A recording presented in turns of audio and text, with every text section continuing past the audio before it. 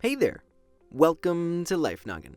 Imagine a bubble-like home where you could be totally self-sufficient and not need a single thing from the outside world. Scientists have been experimenting with these so-called biodomes since the 1970s. But what if you lived in a bubble? If you've ever seen pictures of these biodomes, you know that they are so cool. They're filled with various ecosystems like deserts, farms, and rainforests to provide inhabitants with everything they need to survive without any help from the outside world. In order to live in a self-sufficient biodome, you need 4 basic things: food, water, air, and electricity. Food would come from a farm-like area housing plants and animals. It could have animals like chickens and goats for eggs and dairy, but using them for meat in an environment where you can't just get more delivered wouldn't be the smartest idea. Fruits, veggies, and beans growing on your farm could provide you with additional nutrients to make up for the lack of meat. You'd need to use water for a number of different things inside, and remember, it isn't an infinite resource, especially in a biodome. When it comes to drinking water, it seems like the best option would be to collect rainwater and purify it. You'd also want to recycle the water from sinks and shower drains and use it for watering plants and even filling toilets. An artificial river inside your bubble could be home to phytoplankton, which would contribute significant amounts of oxygen to your atmosphere. In addition to the phytoplankton, a forest full of plants would release breathable oxygen thanks to photosynthesis. Scientists have learned a lot from past biosphere experiments. Like some kinds of building materials like concrete inhibit oxygen production, so you'd want to avoid those.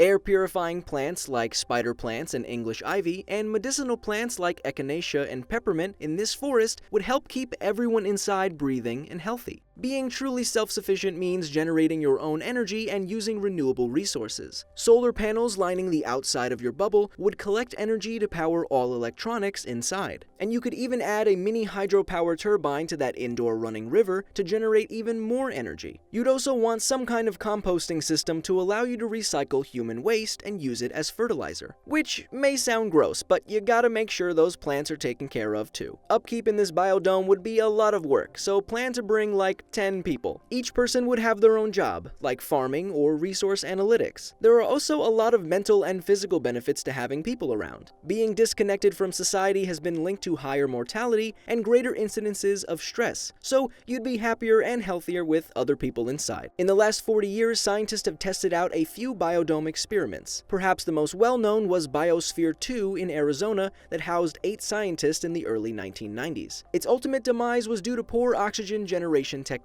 So after 2 years, the experiment was stopped, but a lot was learned. In the future, builders can take into account what went wrong with the previous biodomes to create efficient, safe, oxygen-rich bubbles to live in. Alright, so let's say you're now stuck in this biodome. What is one thing you'd want to bring with you? Let us know in the comments. Enjoyed this episode? Then check out the video we did on what it would take to live underwater. We'd probably need to have gills like a fish. However, even the primary source of oxygen that fish get is not from the oxygen in H2O, but from the microscopic bubbles of dissolved oxygen in the water. As always, my name is Blocko. This has been Life Noggin. Don't forget to keep on thinking.